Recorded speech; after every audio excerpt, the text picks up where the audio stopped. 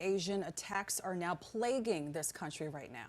In the past year, we have seen dozens of them right here in New York City. We've been covering them, including this one, right, where a woman was thrown to the ground, stomped on, while bystanders just watch and do nothing. So what should someone do if they witness such an attack? New York Congresswoman Grace Ming speaking on that this week on Pix 11.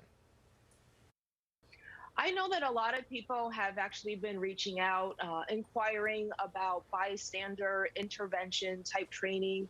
I know that there are resources by organizations like Hollaback and Asian American Federation. What could one even say verbally to help to try to mitigate what's going on right in front of you? So I know that there's a lot of interest, and we're trying to get the word out more on programs like that as well.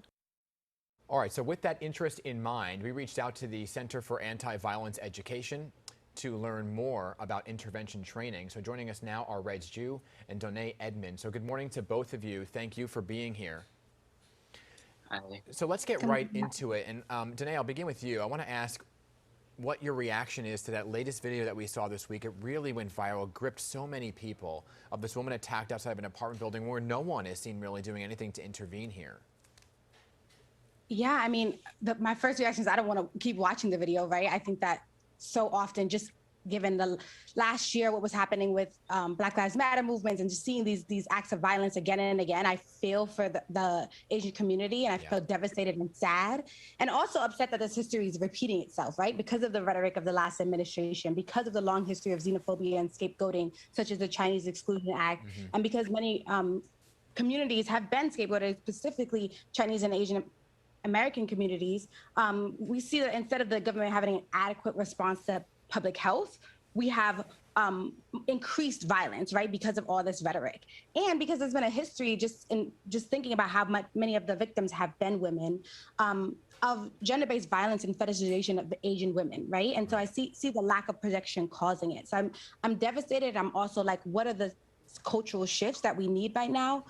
The policy shifts, the shifts in attention in education that we can take to end this. Right, and a lot of people who saw that footage obviously watched it and felt a sense of helplessness, right? Because we couldn't do anything. We saw people who were standing there that weren't doing anything either. So, Reg, this question is for you. How does your organization really equip people to help handle these events? Yeah, that's a really common question we get. And I just want to also contextualize that, you know, violence happens on a gamut, right? What we saw and what we are seeing in the news media are really vicious violence, but majority of these things, incidents, anti-Asian incidents, are verbal harassment. So we want to think about equipping ourselves with an array of tools. And so, you know, we do this in our training online. And one of the ways I would say specifically that it's critical, even if you are a witness or a target, is situational awareness, right? A lot of these things happen. There are a lot of cues, right? And this is not to say we want to blame the victim for not noticing these cues, but there are a lot of things that we can be aware of. Are we looking at our phone when we're walking down the street? Are there other ways, right? When you're talking to someone, they're escalated. Are you thinking about what the nearest exit is? Are you thinking about your tone? Are you thinking about their body gesture, right? What are some of the indicators? So there's many ways that we can assess the environment and even use everyday objects as weapons, because most of us don't carry around knives, right? Right. So in our workshop, we go in detail about all of those situational awareness tips, as well as ways to de-escalate. Now, you talk a lot about de-escalation here. Experts say that these perpetrators who do act out in these violent ways, they have a history of mental illness. For someone who doesn't necessarily have that skill set, they don't really know how to handle that. How do you train them to de-escalate that situation? Yes, so there are many different types of ways to de-escalate, right? For me, certain types like getting to the we, right? It's one strategy that we encourage, which is basically trying to use the word instead of you. You're doing this, you're being disruptive. Instead of you, use we. So, hey, can we just get home safely? Can we get home in peace? Yeah. Is it okay if we can figure out a way to resolve this? So just even in one word or a statement, we can just sort of switch the tone of the tension that's happening. And it's not only de-escalation on part of the victim, but also for bystanders who are looking on, right? So I did ask the commissioner the police commissioner, Dermot Shea, his thoughts on whether or not an individual should intervene in an attack. I want you to listen to what he had to say, and then I'll get your reaction. I get how frustrated it is to see that, and everyone says step in, and of course you want to step in if you can do it safely, but there's a real danger element to this too. So number one thing that you have to do is call 911 and get the police there as quickly as possible. If it's safe. So Donnay, we understand there are ways to help, right? For example, calling 911, even if you don't feel safe intervening in the attack that you're witnessing. Tell us about some of the tactics here.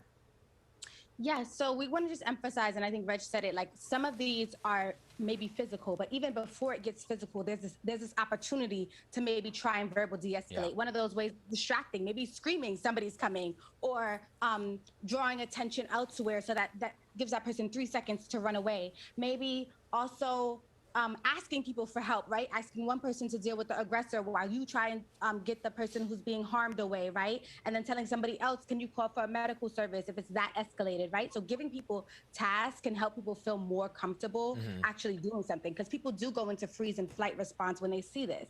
But if the incident is too dangerous, if you can't for some reason physically intervene, you know, something that was so devastating by a lot of these attacks is that no one in the aftermath checked in on these persons, right?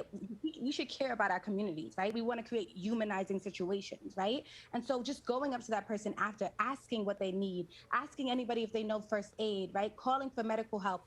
And if it's not as severe, asking if that person needs water or ride home, if they want to use Asian American Federation or the New York City Commission on Human Rights to share what happened to them, right? I think just trying to act in empathy. If you don't feel safe, checking in after is so essential, and Absolutely. It's something that we all can do. Absolutely. I think this is a conversation that we're going to continue to have, unfortunately. And I appreciate the work that both of you are doing. I understand you have an interactive workshop that you can also teach people on how to fight back verbally. So we're going to have information on that.